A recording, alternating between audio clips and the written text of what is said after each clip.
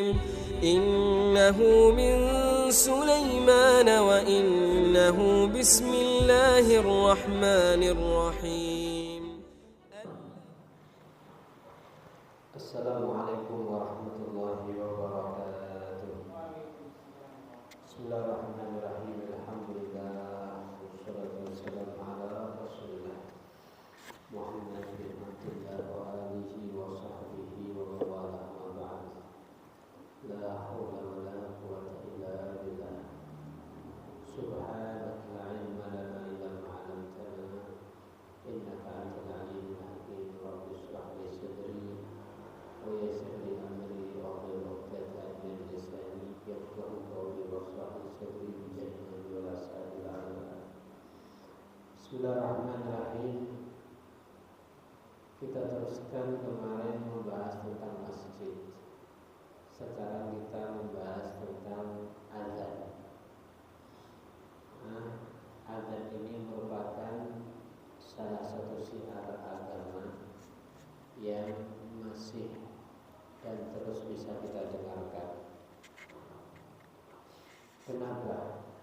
Karena banyak riwayat yang menyebutkan tentang keutamaan daripada azan, di mana Al-Imam Tabrani beliau mengatakan dalam sebuah hadis Nabi Muhammad SAW, beliau bersabda, "Idza adzana fi qaryah," jika dikumandangkan azan di satu desa, amana Allahu min azabihi fi dzalika yaum, maka Allah akan memberikan keamanan daripada azabnya kepada desa tersebut di hari itu. Sekali lagi, faedah daripada azan riwayat Al-Imam Tabrani, beliau Nabi mengatakan ketika azan dikumandangkan di satu desa, maka Allah akan mengamankan desa tersebut di hari itu daripada azabnya. Berarti dari sini jelas sekali azan ini keutamaannya luar biasa. Bahkan dikatakan pula di beberapa hadis, kalaupun kita berbicara azan, maka Al-Quran ayat yang memotivasi kepadanya adalah di dalam surat As-Salat. Dikatakan, "Wa man ahsanu qawlan mimman da'a ilallah wa 'amila shalihan wa qala innani minal muslimin." Wa man, siapa, ahsanu yang kira-kira lebih baik, kaulan ucapannya, mimman melebihi orang, da'a yang mengajak, sataman ilallahi kembali kepada Allah, wa amila sholihah kemudian dia beramal soleh, wa qala innani minal muslimin dan kemudian dia mengatakan kalau aku adalah termasuk orang-orang Islam. Jadi dari hadis ini, dari ayat ini, tidak ada orang yang ucapannya lebih bagus daripada ucapan yang mengajak orang kembali kepada Allah. Maka dengan ayat ini Sayyidatuna Aisyah, istri kesayangan Nabi Muhammad SAW, beliau mengatakan, "Ara hadil ayah nuzilat fil mu'adzinin." Aku, kata Sayyidatuna Aisyah, berpendapat bahwa ayat ini Allah turunkan untuk orang-orang yang azan. Jadi dari ayat ini Allah menjadi saksi bahwa suara yang terbaik adalah suara orang yang mengajak kembali kepada Allah.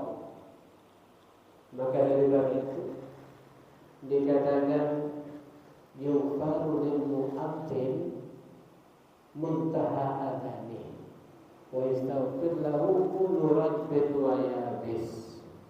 Nabi bersabda dalam riwayat Al-Imam Ahmad dengan sanad yang sahih, dikatakan orang yang azan senantiasa diampuni dosanya oleh Allah muntaha adzani, selama habis adzannya, sampai habis adzannya. Kemudian wa yastaghfir lahu, dan akan selalu memintakan ampun kepada orang yang berazan, kullu rabbin wa yabis, semua yang basah ataupun yang kering. Ya Allah. Bahkan dikatakan di dalam hadis yang panjang riwayat daripada Al-Imam Ahmad juga disimpulkan walahu ajru man shallama. Orang yang azan maka dia akan mendapatkan pahala orang-orang yang sholat terbangkit karena mendengar suara azannya. Jadi di azan di satu masjid, maka orang bangkit, wah itu azan, berarti udah masuk sholat, berangkat dah, saya mau bergabung berjamaah dengannya. Maka sebanyak orang yang sholat bersamanya, pahala itu juga diberikan kepada orang-orang yang azan. Al-Imam Muslim beliau mengatakan al-mu'adzinun atwalun nas a'naqa yaumil qiyamah. Orang-orang yang azan besok di hari kiamat, mereka adalah orang yang lehernya bulunya paling panjang. Itu bukan berarti seperti jerapah, ya. Ini adalah sebuah ungkapan atau isyarat kemuliaan orang-orang yang azan. Hadirin dirahmati Allah Subhanahu wa taala. Jadi ayat dan hadis tadi sudah sangat jelas kepada kita bahwa azan ini adalah merupakan salah satu syiar Islam yang masih terjaga dan terlestarikan.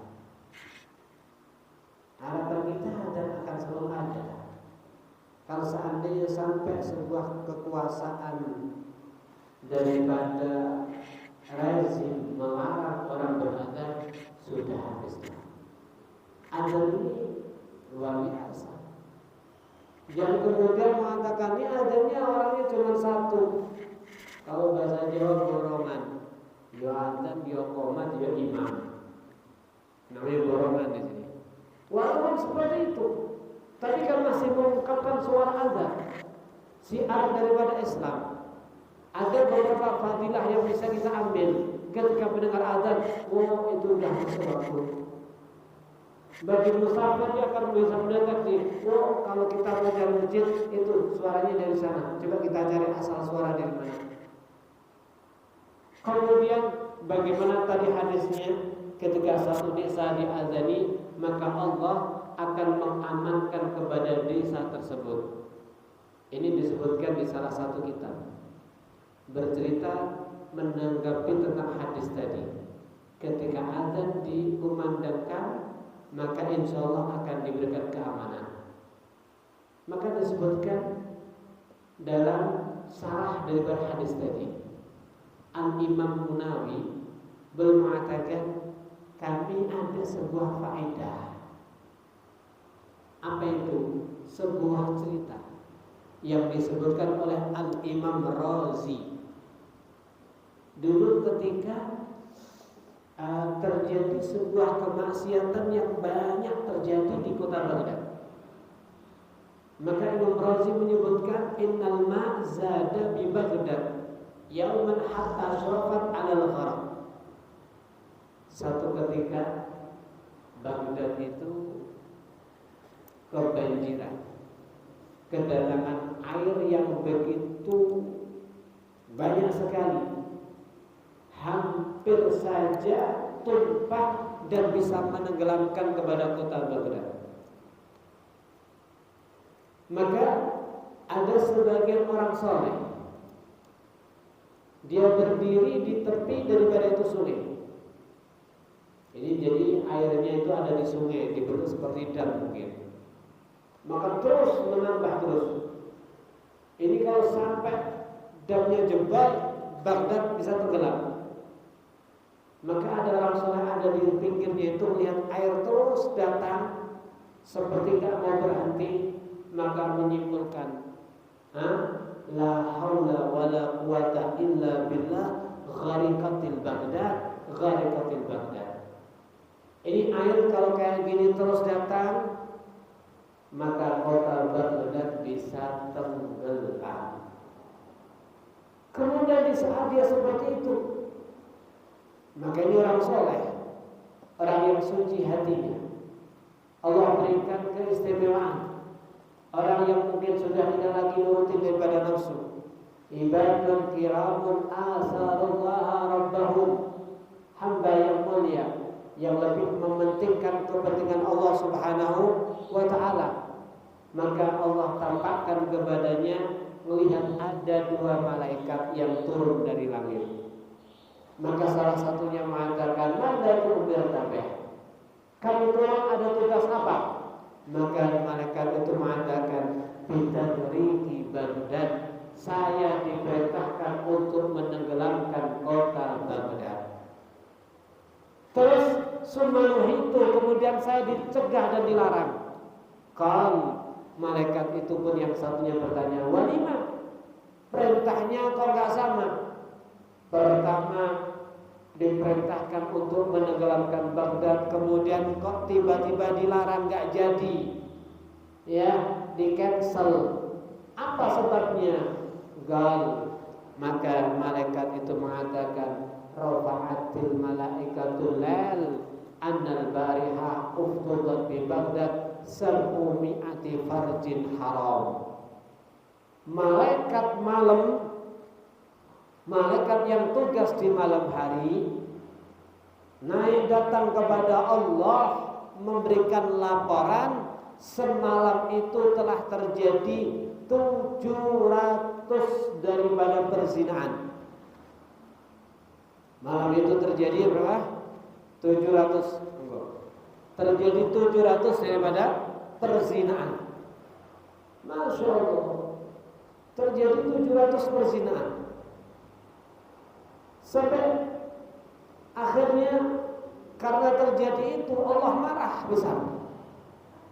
Ketika Allah marah besar, maka Allah perintahkan malaikat untuk menenggelamkan kota Baghdad.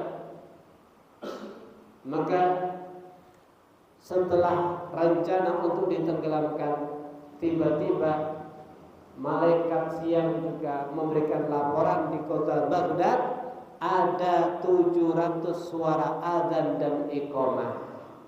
Maka sebab adzan dan iqamah tersebut, Allah Subhanahu wa ta'ala memaafkan mereka yang zina dengan itu suara adzan. Masya Allah. Ini yang disebutkan oleh Al-Imam Ar-Razi mensarai dan menjelaskan tentang hadis untuk masalah adzan. Hadirin yang dirahmati oleh Allah Subhanahu wa ta'ala. Baik, coba kita tinjau apa itu adzan, hukumnya kayak apa. Dikatakan bahwa adzan itu secara agama adalah zikrul maksus, sebuah zikir yang khusus, matlub yang dianjurkan di sholatin maktubah untuk sholat yang bersifat wajib. As-sholatan, sifat sholat wajibnya adalah secara asli, dan sifat sholat wajib secara asli adalah wajib aini, wajib secara individu. Maka daripada itu, kalau sholat yang sifatnya wajib bukan asli, apa sholat wajib tidak asli? Seperti sholat yang dinadari. Orang misalkan nadar, kalau dia mendapatkan capaian daripada niatannya kemudian tercapai, maka sholat yang harusnya sunnah, dia nadar misalkan, "Ya Rabb, kalau saya sembuh daripada penyakit, saya akan sholat duha 8 rakaat selama 1 bulan." Akhirnya sembuh beneran. Ya, akhirnya sembuh beneran. Maka salat duha yang awalnya sunnah karena dinadari menjadi apa? Wajib. Lah berarti wajib salat duha tadi karena ada nazar, maka wajibnya tidak secara asli. Berarti salat wajib yang seperti ini tidak sunnah adzan. Yang disunahkan adzan adalah salat yang wajib secara asli dan wajibnya secara individu atau fardu ain. Maknanya kalau wajibnya bersifat fardu kifayah, maka tidak sunnah adzan seperti salat jenazah. Nggak ada salat jenazah itu adzan. Kenapa? Karena wajibnya bersifat kifayah. Kemudian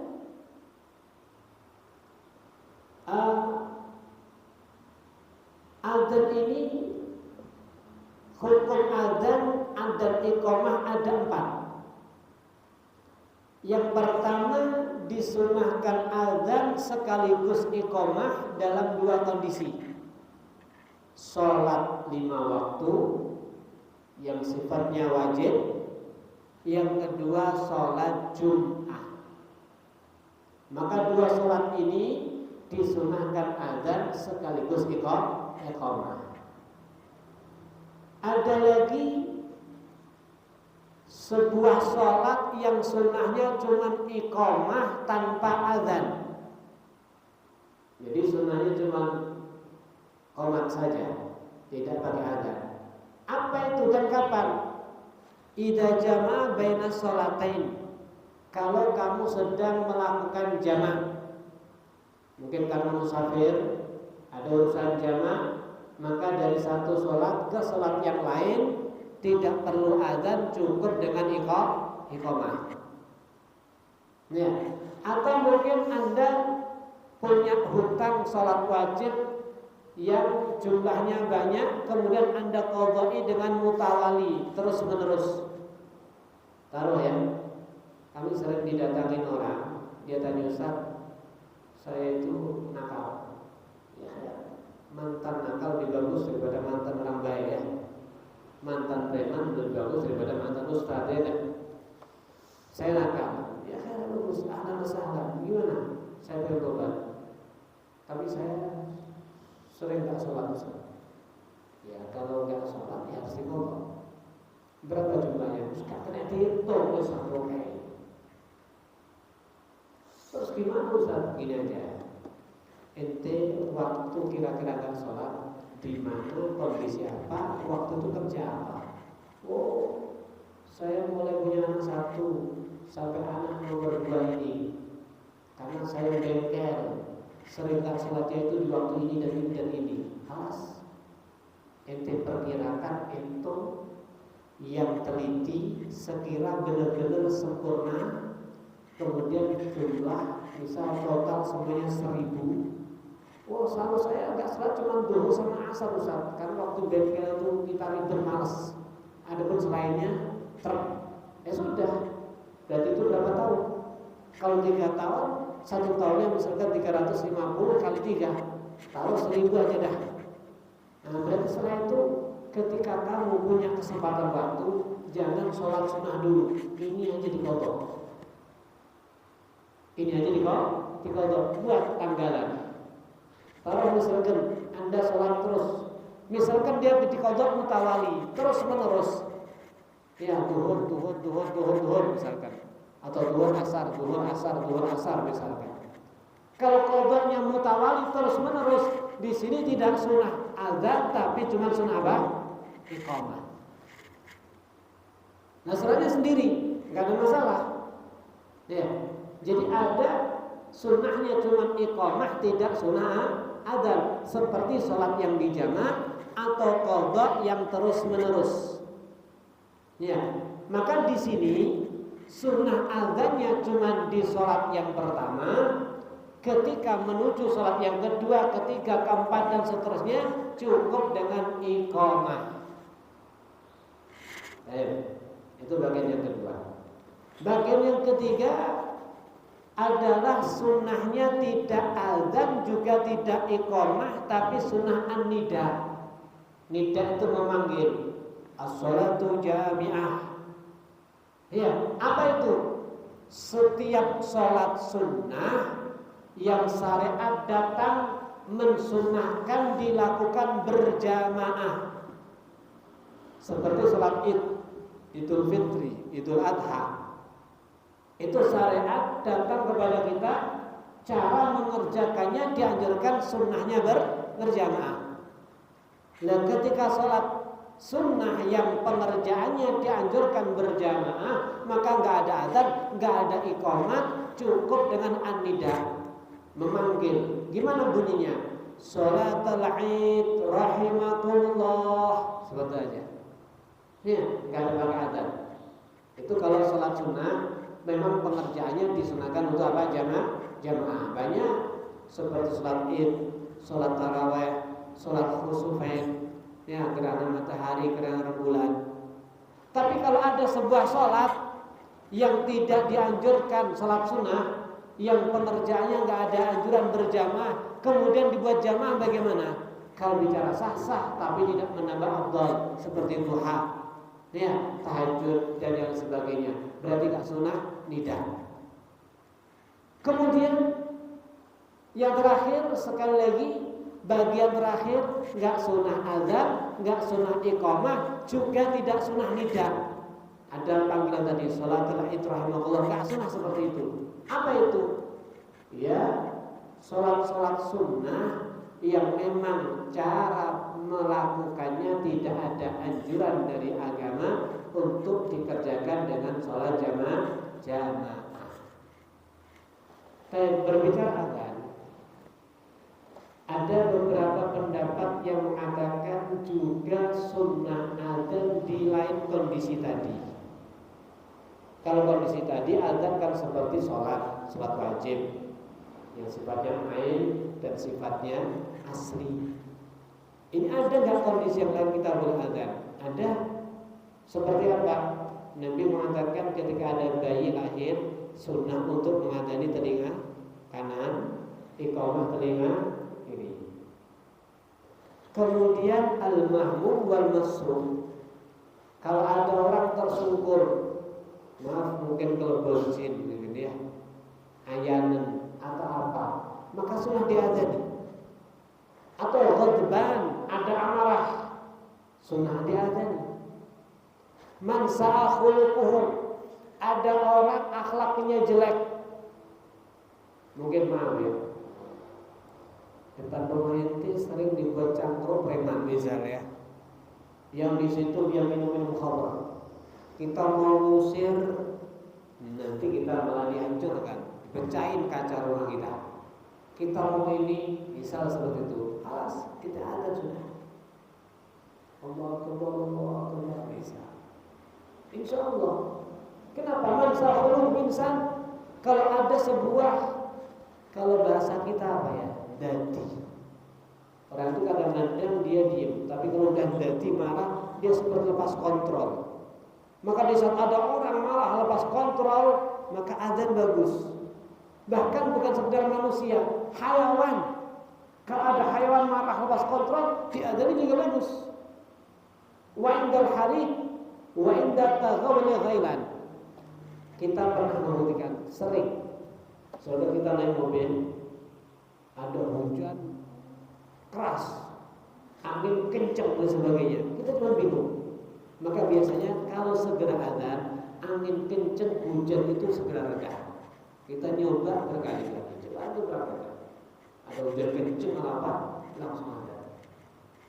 Beberapa tahun yang lalu, mungkin 1,5 tahun yang lalu, di daerah kami terjadi angin angin puting beliung itu, tapi tidak terlalu fatal. Tetangga desa itu banyak pohon-pohon gede itu tumbang semuanya, jebol, itu jebol. Sampai karena pohon besar ya, kalau itu sampai tingginya ada yang 2,5 meter, itu pohon besar tumbang. Baik. Waktu mulai ada angin, kami kondisi sadar, tahu ini anginnya kayaknya parah ini. Maka kita segera sama santri, adzan, cepat adzan. Qudratullah, kita adzan, tetangga kita itu rumah kita rumah tua, gentengnya harus melek. Bawahnya genteng ini apa jenis rek ya Pak ya? Itu sudah protol semuanya. Jadi gentengnya seperti gelombang. Kudratullah, nggak ada yang jatuh gentengnya. Tetangga kita gentengnya daripada daripada semen dan sebagainya. Nah, hancur, rontok ini sebagainya. Memang kayaknya angin itu makmur diperintah sama Allah. Tapi mungkin kalau ada suara azan, dia cari yang lain. Alhasil dari sini azan luar biasa. Kemudian ada juga wa khalfal musafir. Kita sering tahu orang tuh mau bepergian, sebelum pergi dia ya Pak, diazani. Mau musafir, misalnya mau haji sebagainya. Itu juga ada kesunahan tersebut. Kemudian apa ini syarat daripada sah azan dan iqamah. Yang pertama, azan itu harus bersifat mualah, satu sama lain itu terus menerus. Enggak boleh Allah akbar, Allah akbar, Allah akbar, Allah akbar, berhenti ke kamar mandi dulu. Ya, kemarin setelah kamar mandi kencing sebagainya, asyhadu an la ilaha illallah. Ada telepon HP dibuka, teruskan telepon dulu. Enggak boleh seperti ini. Azan harus bersifat apa? Mualah, terus menerus. Yang kedua harus bersifat tartib. Enggak boleh azan itu diloncat-loncat. Langsung hayya 'alas shalah, Allahu akbar, Allahu akbar. Enggak boleh. Kemudian harus dukhul waqt. Azan dikumandangkan harus setelah masuk waktu. Enggak boleh azan sebelum masuk waktu kecuali satu sholat. Boleh sebelum masuk waktu. Iya. Apa itu? Azan yang pertama untuk sholat subuh. Cuma itu aja. Iya. Selain itu harus masuk waktu. Berarti memang ada azan yang pertama untuk sholat subuh itu sebelum masuk waktu subuh ada. Kapan waktunya? Ba'da muntasafil lail, setelah separuh malam. Tapi yang paling afdal bersama dengan masuknya waktu sahur. Itu kalau mau azan yang pertama untuk sholat subuh.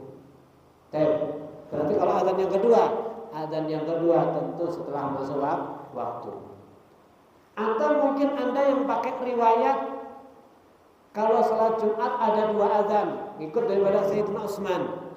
Maka azan pertama ada pendapat yang membolehkan sebelum masuk waktu, sekalipun pendapat mu'tamad harus tetap setelah masuk waktu. Kemudian qauluhuma min wahid, azan dan iqamah itu hendaknya dari satu orang. Hendaknya jadi satu orang. Kemudian dengan bahasa Arab.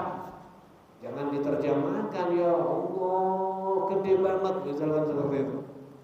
Allah ini pakai bahasa Arab.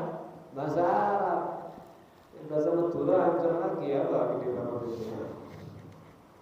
Harus pakai bahasa Arab. Al-ja'ru bihima idza kana li jamaah. Kalau Anda azan untuk sholat jamaah angkat suara. Kalau sholat sendiri sunnah azan enggak? Sunnah. Lantas bagaimana? Fa in kana munfaridan, kalau Anda sholat sendiri berarti fayakfi isma'u nafsi. Cukup kalau Anda mau ngambil sunnah azan sekira diri sendiri dengar. Allahu Akbar, Allahu Akbar, Allahu Akbar. Kalau untuk sholat sendiri boleh juga sunnah. Kemudian sekarang kita bahas syaratnya orang yang azan. Karena belum lama ini kita dengar sendiri.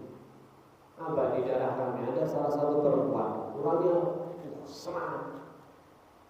Ya, makanya saking semangat azan bisa. Halo, perempuan apa? adzan. Boleh enggak ini perempuan adzan? Lihat, syurutul muadzin, syaratnya orang adzan ada 4. Pertama, Islam, jelas. Kafir enggak boleh, murtad enggak boleh. Yang kedua, falaik at-tamyiz, adzan itu harus orangnya sudah tamyiz. Tamyiz itu apa? Banyak definisi tamyiz. Tamyiz itu di bawah baligh. Baligh itu bisa dengan umur 15 tahun, bisa dengan mimpi keluar mani atau melihat darah, semuanya setelah umur 9 tahun. Itu namanya baligh. Tapi kalau tamyiz di bawahnya itu. Tamyiz itu definisinya bisa makan sendiri, minum sendiri, cebok sendiri. Ada yang mengatakan kalau diperintahkan ke toko sudah benar. Ya. Nah itu tamyiz. Maka syaratnya adzan harus tamyiz. Makanya nggak boleh ada sebagian daerah seperti mungkin di perkampungan masih kecil jual adzan kon adzan. Kadang-kadang Allah wali anak kecil. Ya, nggak boleh. Harus tamyiz dulu. Berarti sobi nggak boleh. Kemudian orang gila nggak boleh. Sakron mabuk orang pun nggak boleh. Ada orang itu kalau stres itu suka kosida, senang aneh adzan, pas stres, waras kata adzan. Stres jangan beradzan. Kemudian yang ketiga syaratnya ad-dukurah. Syaratnya muadzin orang adzan harus laki. Perempuan nggak boleh adzan. Tidak sah adzan itu dari perempuan atau khunsa. Khunsa itu orang yang memiliki 2 alat vital. Ya, perempuan nggak sunnah adzan karena sunnahnya adzan untuk laki. Cuman kalau fatusannu minhuma li nafsihima, kalau perempuan atau khunsa, orang yang punya 2 alat vital, khunsa sama waria itu beda. Kalau waria itu maaf, laki ada kecenderungan kepada laki. Alat vitalnya cuma 1. Ini khunsa punya 2 alat vital. Jadi untuk perempuan kalau pengen adzan, sunnahnya untuk sholatnya sendiri. Ya. Atau untuk jamaah tapi sesama perempuan.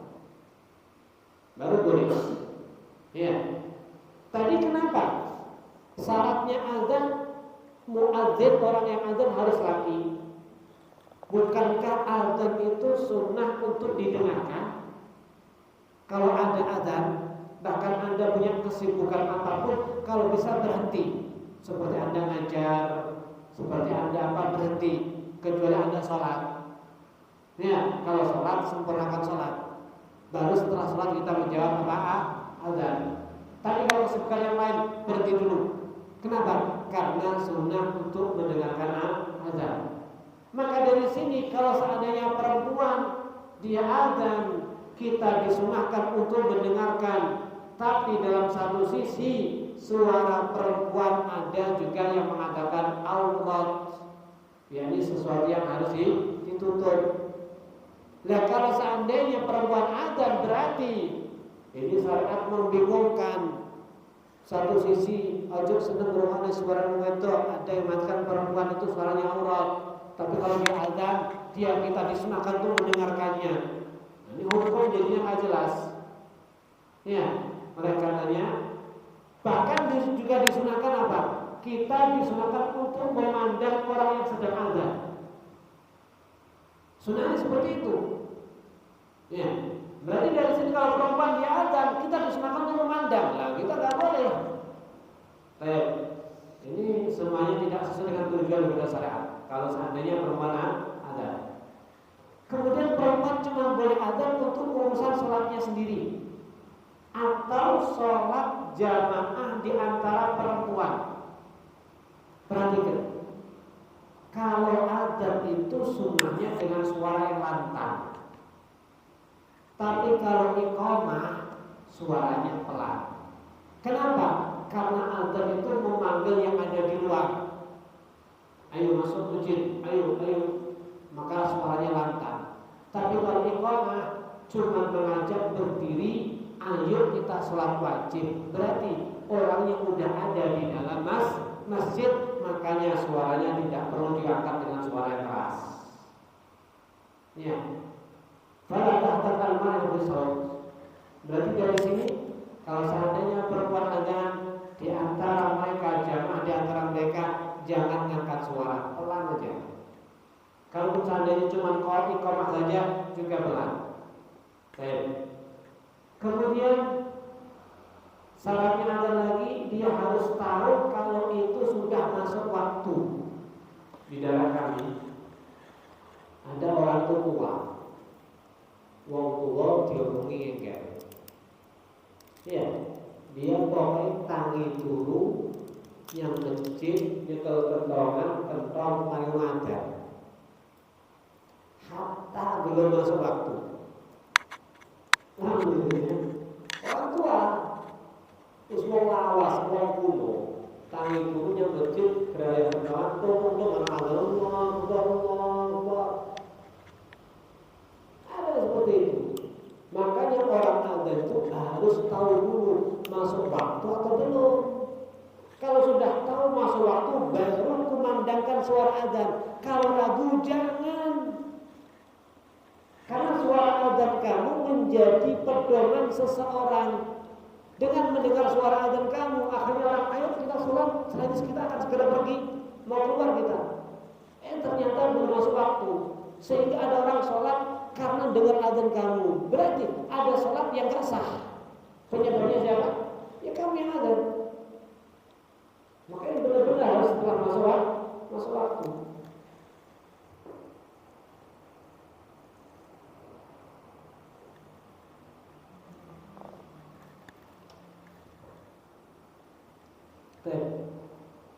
Jadi dari sini jelas, ya, itu beberapa hal yang perlu diperhatikan dalam masalah azan. Kemudian ketika mendengar azan kita sunnah untuk menjawab. Allahu Akbar, Allahu Akbar. Kita katakan sama, Allahu Akbar, Allahu Akbar. Semua bacaan kita ikuti sama. Kecuali hayya 'alas shalah, hayya 'alal falah. Kita membaca tahawul, la haula wala quwwata illa billah. Atau ketika salat subuh, as-shalatu khairun minan naum, kita membaca shadaqta wa barakta wa 'ala dzalika minas syahidin. Ya. Dan kemudian ketika selesai azan kita disunahkan baca doa. Bahkan dalam satu hadis Nabi mengatakan ad-du'a'u bainal adzanain la turad. Doa di antara dua azan maka tidak ditolak. Maka daripada itu ya baca doa. Allahumma hdina fiman hadait ila akhir. Ya, baca doa. Allahumma rabb hadhihi da'wati Allahumma rabb hadhihi da'wati tamah wa salatin qa'imah ati sayyidina Muhammadin wasilata wal fadilah ila akhir. Baca doa. Bolehkah kita tambah dengan yang lain? Ada dalam satu riwayat, ya, dikatakan ditambah dengan Allahumma inna nas'alukal afwa wal afiyah fid dunya wal akhirah. Karena memang ada riwayat itu sunnah ditambahkan. Jadi gini, di para ulama ya, karena mengacu hadis daripada Nabi, doa di antara doa azan itu la yurad, tidak ditolak. Maka kesempatan kita meminta sebanyak mungkin kepada Allah Subhanahu wa taala. Baik, di antara mereka ada yang ngajari kita mendoakan orang tua. Setelah azan kita membaca Rabbighfirli wa liwalidayya, Rabbighfirli wa liwalidayya, Rabbighfirli wa liwalidayya 5 kali. Warhamhuma kama rabbayani shaghira. Allahumma inni as'aluka al-'afwa wal 'afiyah fid dunya wal akhirah. Kenapa demikian?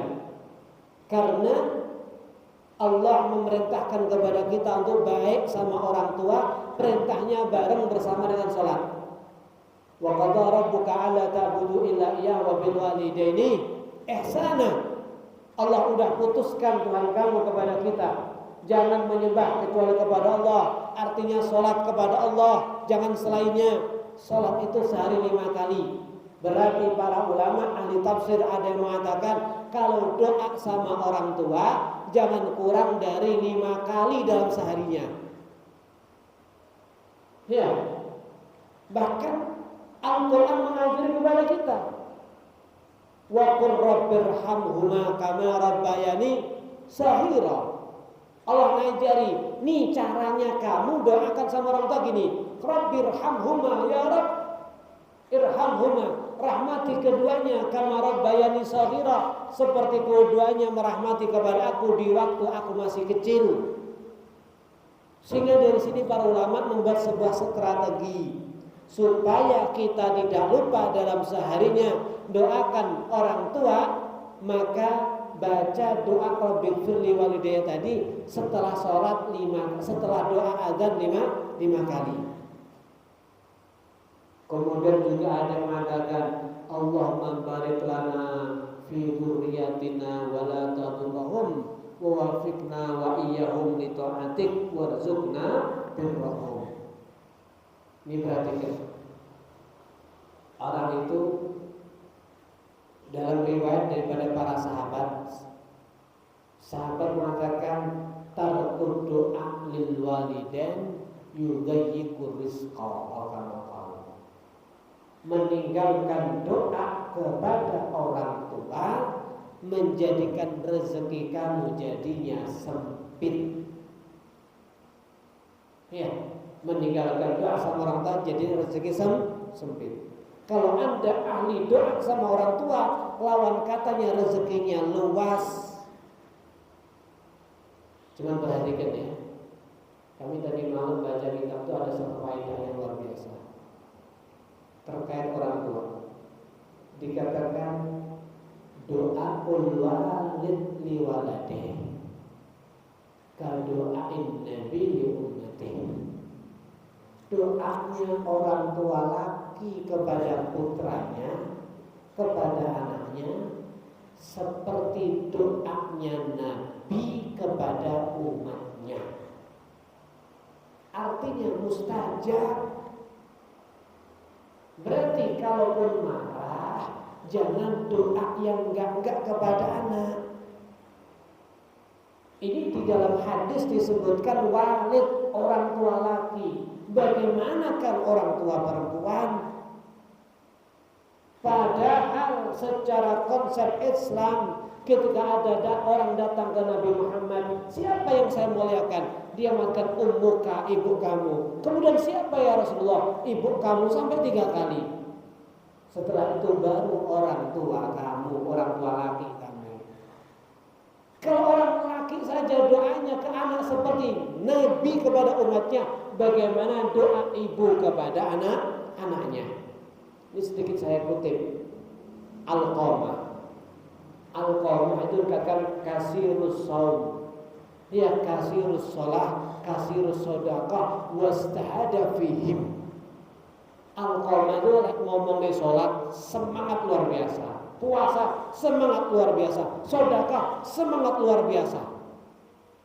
Cuman ibunya anyel, bahasa Jawanya, tahu anyel. Hati ibunya lah anyel. Sampai Sayyidina Bilal mengatakan inna sukhta ummi Al-Qamah, sesungguhnya amarah atau anyel hati daripada ibunya Al-Qamah mengunci Al-Qamah untuk mengucapkan kalimah la ilaha illallah di saat mau meninggal.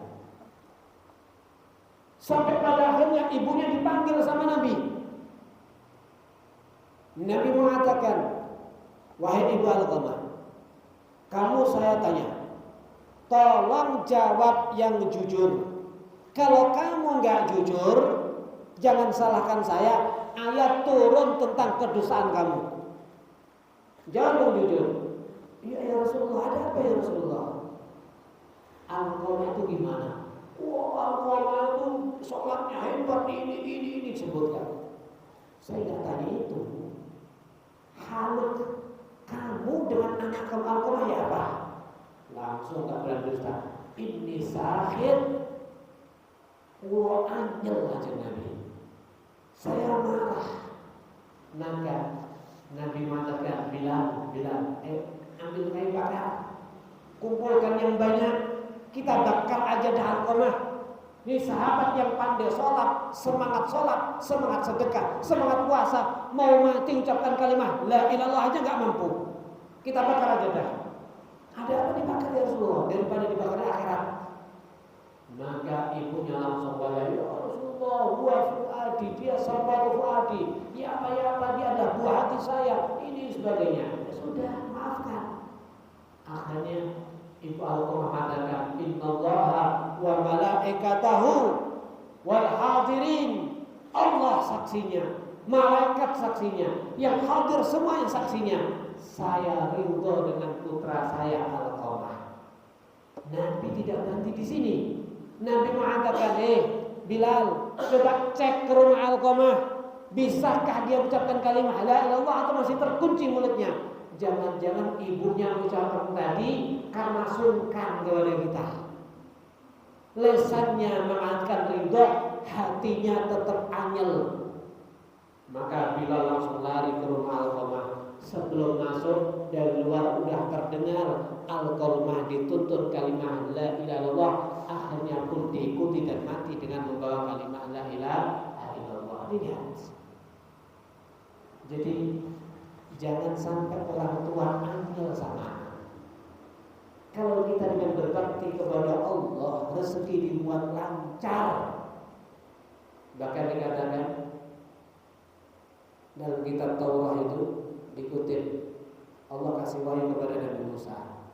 Yang Musa katakan, ini anak yang baik sama orang tua, tak panjangkan umurnya, dan nanti tak kasih anak yang soleh. Tapi kalau yang bangkang sama orang tua, tak potong umurnya, tak kasih anak juga bangkang seperti dia. Sama seperti itu. Berarti perhatikan dari sini. Kalau seandainya kita dengan doa sama orang tua, rezekinya lancar sebagainya, tapi kalau udah banyak duit, cuman anak nggak bisa ditata, ya apa rasanya? Nggak tenang ya. Iya benar. Kita punya banyak duit, tapi anak kaku sama kita. Nggak ada nikmatnya. Makanya di sini diajarkan kepada ulama, minta kepada Allah, Allahumma barik lana fi dzurriyyatina wa la tadurrahum. Ya Rabb, berkahi kepada kami, anak cucu kami, wa la tadurrahum, jangan kau berbuat bahaya kepada mereka. Wa wafiqna, dan kasih taufik kepada kami, wa wafiqhum, dan kasih taufik kepada mereka li ta'atik, untuk bisa mentaati kepada Engkau. Jadi kalau orang itu dapat taufik, apa itu taufik? Sebuah kekuatan daripada Allah untuk bakti kepada Allah Subhanahu wa ta'ala, maka semuanya jadi mudah. Ya Allah, kasih kepada kami taufik dan mereka anak-anak kami untuk bisa taat kepada Engkau, warzuqna birrahum, dan kasih kepada kita rezeki di mana anak cucu kami sebagai anak-anak yang berbakti kepada orang tuanya. Kita minta doa ini setelah azan. Nabi mengatakan la turad, doa di antara dua azan tidak ditolak oleh Allah Subhanahu wa ta'ala. Dah, semoga saja ya. Masyaallah, semoga anak kita, orang-orang kita sayangi, mereka adalah orang-orang yang diridhai oleh Allah Subhanahu wa ta'ala, orang-orang yang bisa kita arahkan kepada hal yang khair, yang baik, sehingga kita mendapatkan mereka berbakti kepada kita di dunia dan akhirat. Amin Allahumma amin. Walhamdulillahirabbil alamin. Hadza minni wa lakum minkum. Wassalamualaikum warahmatullahi wabarakatuh.